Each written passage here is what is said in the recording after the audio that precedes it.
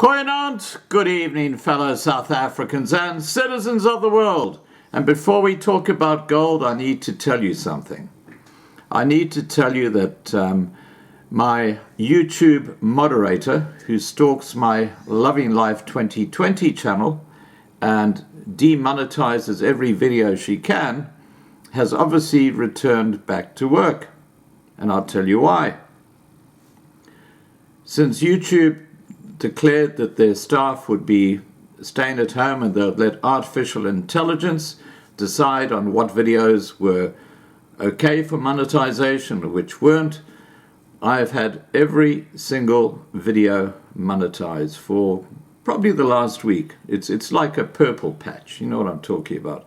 No different to any of the mainstream media, nothing in there that's different, and their videos have always been monetized, but my little YouTube moderator stalker, as I said, demonetizes as soon as she can when my videos go up to make sure that this channel does not earn any income from the videos, even though it's supposed to be monetized. Well, she's clearly just arrived back at work because I just checked my videos, and about 3/4 of the videos that I've put up in the last week or so, which were all green, all okay, artificial intelligence said, yeah, they're fine, but no, she's back and she's put a tick in the box all the way down. Isn't that interesting? So clearly there is someone at YouTube who watches this channel and who demonetizes the 2020 channel. Absolutely incredible. All right, let's get back to gold. Gold has absolutely shot through the roof, and well, gold always does that in times of turmoil, and that's why I suggested several months ago that people look at gold. But let's give you an update on what's happening. From South Africa's ultra-deep mine shafts to vaults underneath London, from metal traders in New York, skyscrapers to Main Street sellers of coins, the global gold market has been tested like never before. The cracks are starting to show. Worldwide panic over the coronavirus outbreak and a flood of stimulus by central banks has ignited demand for one of humanity's oldest methods of storing wealth. But even though there's literally thousands of tons of gold bars sitting in vaults around the world, it's suddenly much harder to get metal when and where it's needed. Vincent Tai, sales manager at Silver Bullion in Singapore, said, "Since last week, face masks, hand sanitizers, toilet rolls and bullion have something new in common. They run out when everyone tries to buy them." Precious metal, gold's age-old appeal as a store of value in a time of crisis, has sent the demand for the metal surging. Even if companies, financial institutions, and nations-states crumble, the virtually indestructible metal offers investors a way to convert their assets into high-value bars that can be stashed in a vault or under a mattress.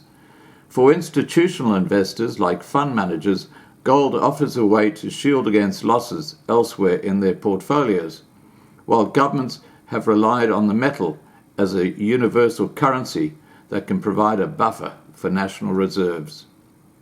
Much of the world's gold is stored in vaults in London, Switzerland, and New York. The largest single depository is the New York Fed, which holds 497,000 bars stacked high on the Manhattan bedrock. In London, the Bank of England, the City of London, holds a further 400,000 bars, while other vaults are operated by banks and logistic companies. And we know who owns those banks, don't we? Yeah.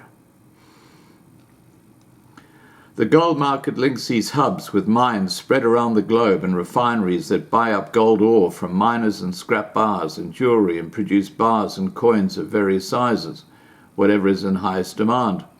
This week, 3 of the largest refiners located in the canton of Ticino in Switzerland were forced to close after authorities ordered a lockdown. It's getting harder to transport gold because it typically flies around the world on ordinary commercial flights, which have been cancelled by the thousand. And while some flights are still moving, there's a limit to how much gold can go on each airplane. It's not weight, but value. It's not possible to get insurance for more than a certain amount on any plane. But it's not unheard of for nations to send military planes to ship their gold around the world, complete with armed escorts. In one sign of how things have slowed down, shipping Russian gold overseas can now take about a week instead of a day, said Alexei Zaitsev, head of commodities and funding products at Otkritie Bank. All these factors have combined to create a historic squeeze in the New York gold futures. Typically, investors buy futures to get exposure to gold prices without having to worry about the day-to-day inconvenience of actually owning metal, while banks use futures to hedge their physical metal exposure. However, if investors hold their future contracts to expiry, they will receive physical metal in a specific form, one 100-ounce bar or 3 kilobars. Ordinarily, if the price of the New York gold futures rises too far above gold prices elsewhere in the world, banks simply buy kilobars elsewhere in the world and fly them to New York. But the disruption of global supply chains has thrown that process into doubt. The result has been a sharp spike in futures prices, making metal in New York much more expensive than gold for immediate delivery in London. The surging difference, known as a spread, has rattled even veteran traders. Even mines have been disrupted, with an industry-wide shutdown in South Africa, unprecedented in its 150-year mining history. The most dramatic example.